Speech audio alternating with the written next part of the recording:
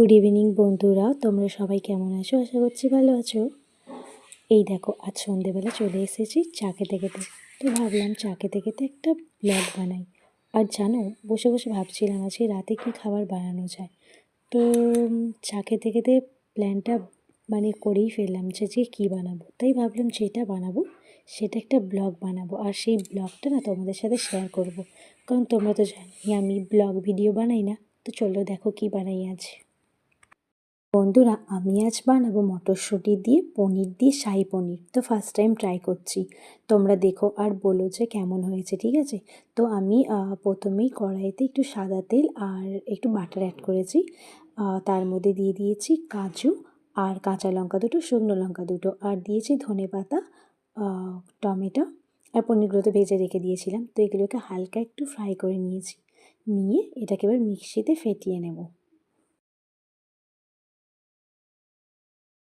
বন্ধুরা, তোমরা দেখতেই পাচ্ছ মশলাটা আমার হয়ে গেছে।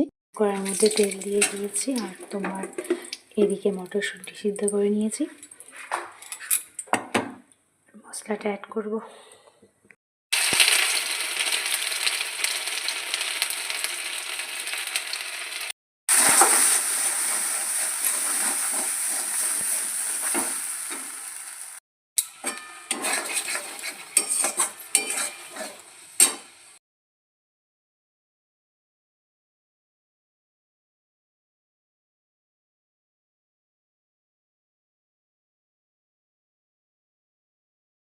তো বন্ধুরা, এই দেখো পনিরগুলো দিয়ে দিয়েছি, আর সবশেষে আমি একটু অ্যাড করব গরম মশলা, কারণ গরম মশলাটা দিলে যে স্মেলটা আসে সেটা দারুণ লাগে।